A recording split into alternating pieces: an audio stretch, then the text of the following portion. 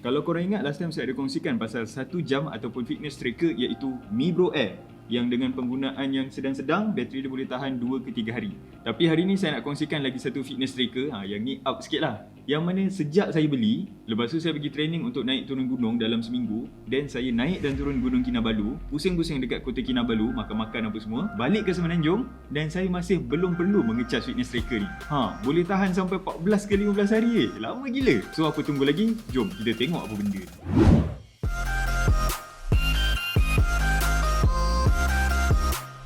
Assalamualaikum dan apa khabar semua? Saya Nakyu daripada Weekend Rescue. Baik, fitness tracker yang saya nak kongsikan pada hari ini adalah Realme Watch S, keluaran daripada Realme. Realme ni saya rasa tahun lepas diorang memang keluarkan line up AIoT ataupun Artificial Intelligence of Things. Rasa ada dalam 5 ke 6 barang lah yang diorang keluarkan serentak. So tak disangka lagi, Realme ni satu brand yang boleh kata standard dia agak tinggi untuk tanda harga yang mid-range. Last time saya cerita pasal Mibro Air yang mana harga dia dalam RM99. Tapi Realme Watch S ni harga dia tinggi sikit. Kalau daripada Realme punya website, dia dijual pada tanda harga RM369. Agak mahal lah. Tapi pada hari ni korang boleh dapat dengan harga dalam lingkungan RM225. Kiranya macam korang beli Mibro Air ni tapi darab dengan 2 lah. Tapi persoalan dia, kenapa saya nak upgrade daripada Mibro Air yang RM100 pergi kepada Realme Watch S yang harga dia 200 lebih ni? Okay, reason yang pertama adalah sebab Mibro Air saya masuk air. Cerita dia, last time saya pergi ke Gunung Berembun dan dekat situ ada satu air terjun yang latar berembun. Dia tak adalah deras sangat, tapi waktu banjir hari tu agak dahsyat lah. Jadi lepas saya keluar daripada berendam-berendam tu, touchscreen tu macam dah tak berapa nak function. So saya decide untuk cari fitness tracker yang up sikit. Maka itulah reason pertama kenapa saya beli Realme Watch S. Realme Watch S ni kotak dia agak premium lah kalau compare dengan Mibro Air. Yelah, dia punya harga pun 2 kali ganda kan. Yang kat depan ni bukan to scale Dia punya jam sebenarnya besar lagi sikit. Sikit je lah. Dekat dalam kotak dia ada jam. Kita letak tepi dulu. Then kita ada manual yang bak kata Abang Izami Gadget yang kita memang takkan baca. Dan ada satu charging base. Charging base dia jenis yang bulat. Kalau Mibro Air tu jenis yang panjang. So kalau kita lekatkan, dia magnetic dan dia memenuhi ruang belakang ni. Dia pun ada rubberized pad juga tau. So kalau korang letak dekat meja tu, dia tak bergerak lah. Dia memang agak nice. Kalau compare dengan Mibro Air ni, yang dia punya charging dia tu jenis panjang. Jadi bila korang letak atas meja tu, dia sengit dan ada possibility untuk dia lari sikit. So dia takkan mengecas lah sepanjang korang letak tu. Agak annoying jugalah. Lepas saya guna dalam beberapa bulan ni, charging time dia ambil masa dalam kurang daripada sejam lah. Dan bateri dia boleh tahan sampai 14 ke 15 hari. Dengan heavy usage Baik, kalau kita tengok spek dia, depan dia diperbuat daripada Corning Gorilla Glass. Tapi lepas saya dah pakai sebulan ni, dia macam ada calar sikit. Tak pasti dia pakai Gorilla Glass versi berapa. Luaran dia diperbuat daripada metal. Dia ada 2 button. Kalau Mibro Air ada 1 button je, iaitu button back. Kat sini ada 2 button. Yang atas ni macam button back ataupun button nak pergi ke menu. Yang bawah ni adalah button shortcut untuk korang access sports mode yang ada 16 jenis tu. Ada outdoor running, outdoor cycle, indoor cycle, aerobic. Ada 16 lah. Tapi yang penting biasanya saya guna outdoor run ataupun walking je lah. Sebab itu je lah kot function yang saya guna untuk track saya punya heart rate. Yang lain biasanya saya tak track pun dan tak buat pun lah. Dekat belakang dia ni ada beberapa bintik-bintik. Yang paling atas dengan paling bawah ni adalah dia punya magnetic lah untuk charging base dia ni kan. So dia boleh lekat.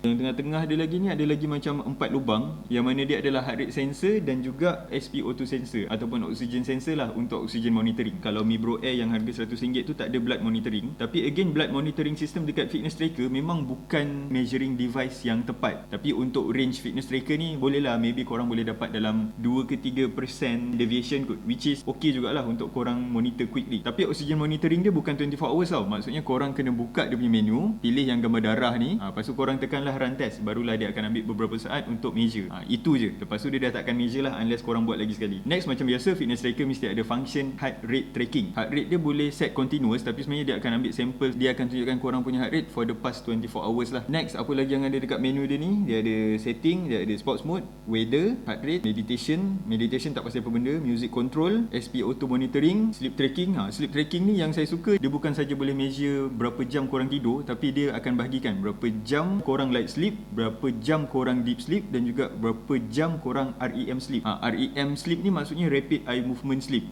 Dekat waktu REM ni yang mana korang tidur tapi otak korang tu sebenarnya dia hidup dan dia berfungsi. Fun fact, pada waktu REM ni lah yang mana korang akan mengalami mimpi. So kalau korang tengok korang punya pecahan, boleh nampak waktu-waktu REM tu adalah waktu-waktu yang oren tu tau, dan dia lompat-lompat. Sebab itulah bila korang bangun tidur dan korang cuba ingat mimpi tu, biasa mimpi korang tu akan datang fraction-fraction. Dia akan putus-putus sebab dia memang adalah nature kitaran tidur korang. Okay, habis cerita pasal sleep tracking, next dia ada function timer, dia ada function stopwatch dan juga function shutter. Function shutter, music control dengan Find My Phone ni hanya korang boleh access bila korang dah connect secara Bluetooth dengan korang punya smartphone. Bluetooth connection dia pakai jenis 5.0, which pada saya memang better korang on je lah, sebab penggunaan bateri dia memang sangat sikit. So better lah korang on dan korang boleh lah harvest dia punya full potential. Next, kalau korang swipe dari tepi, korang boleh tengok summary korang punya steps, calorie burn dan juga berapa lama korang dah duduk secara sedentary ataupun tak bergerak, sampailah jam ni kena ingatkan yang korang kena bergerak. Weather, sleep tracking, heart rate dan juga korang punya control center. Dalam control center ni korang boleh set korang punya brightness. Kat sini saya set auto, battery saving, sleep mode, raise to wake dan juga button function untuk access setting. Next, kalau korang swipe daripada atas pula, korang boleh nampak korang punya notification, dan notification ni korang boleh set tau dari apps mana yang korang nak dia update dekat dalam ni. Macam saya set WhatsApp dengan phone je lah, sebab itu je lah kot yang saya perlu access secara cepat. So macam bila korang dapat WhatsApp dekat dalam korang punya smartphone,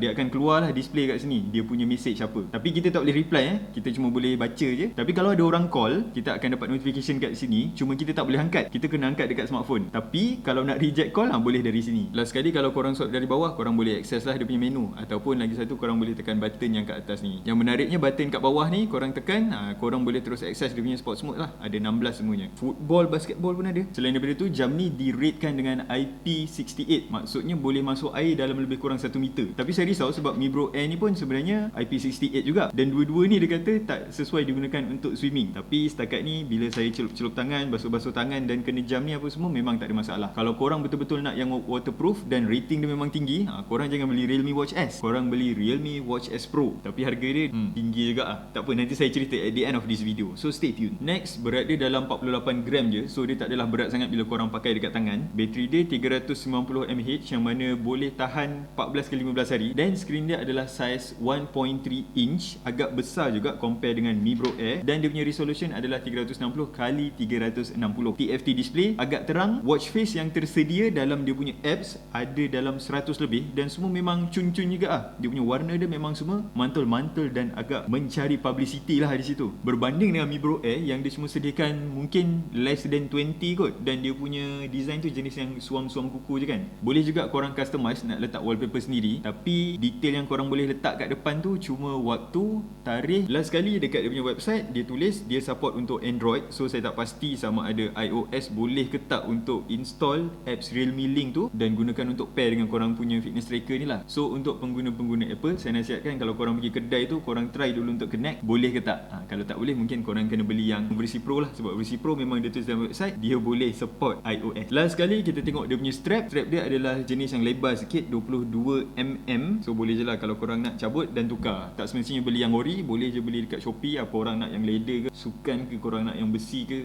carilah sampai dapat. Tapi apa yang saya rasa kurang dengan Realme Watch S ni adalah dia tak ada function untuk korang track korang punya aktiviti dan boleh trace balik dekat map tu. Contohnya kalau korang pergi berjoging kat luar, lepas tu korang dah habis jogging, korang nak share korang punya detail tu, dia takkan tunjuk map dekat mana korang dah lari. Maksudnya dia bukan macam Strava ataupun All Trails lah yang korang boleh brag sikit, oh aku jogging sampai pusing satu Malaysia ni kan. Tapi untuk versi Realme Watch S Pro yang didatangkan dengan dual satellite GPS, korang boleh dapat function tracking tu. So conclusion dia, berbaloi ke kalau korang dah ada satu fitness tracker dan korang nak upgrade kepada Realme Watch S, pada saya tak berapa berbaloi sebab dia punya function lebih kurang sama je. Saya rasa yang beza cuma improve battery life, iaitu kebanyakan fitness tracker memang sepatutnya memang boleh tahan sampai 14 ke 15 hari sebab function dia sebenarnya tak adalah advance sangat, dan dia ada blood oxygen monitoring, which saya rasa sebenarnya tak berapa guna sangat pun, unless kalau blood oxygen monitoring tu boleh run sepanjang hari. Tapi kalau korang belum ada fitness tracker, memang saya sarankan. Tapi kalau korang dah ada satu fitness tracker, tak kisahlah yang murah ke yang mid range ke, dan korang nak upgrade, saya sarankan korang usah terus Realme Watch S Pro. Yang ni harga dia mahal. Realme Watch S Pro tu didatangkan dengan tanda harga RM599, Tapi pada hari ni korang boleh dapat dalam lingkungan harga RM450 macam tu lah. Tapi lagi banyak feature yang korang boleh dapat, macam dual satellite GPS yang saya cakap tadi tu. Rating waterproof dia sampai 5 ATM,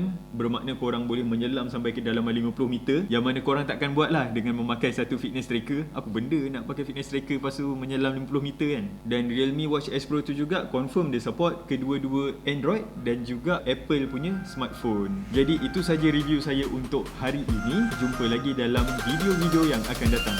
Assalamualaikum.